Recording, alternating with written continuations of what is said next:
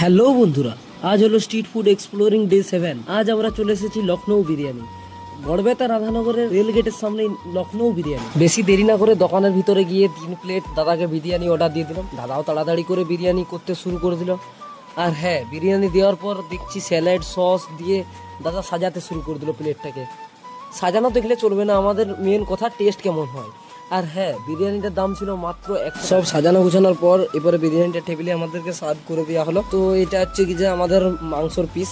আমার ভাগ্যে ছোট পড়েছিল, বাকিদের সবার কাছে বড় বড়ই পড়েছিল মনে হচ্ছে। তো বাদ দাও এসব। এই হচ্ছে কি যে আলুর পিস। আমাদের রাইসটা হালকা কম ছিল, তবে খেয়ে দেখা যাবে পরে। খেতে একটু গোলাপ জলের গন্ধটা বেশ ভালোই আসছিল। আর কি বলবো, মোটামুটি সবই ঠিকই ছিল। আমার হনেস্ট রিভিউ হিসাবে বলা হচ্ছে যে রাইসটার কোয়ান্টিটি একটু বাড়ানো উচিত ছিল, আর মাংসর পিসগুলোর দিকে একটু লক্ষ্য করা উচিত।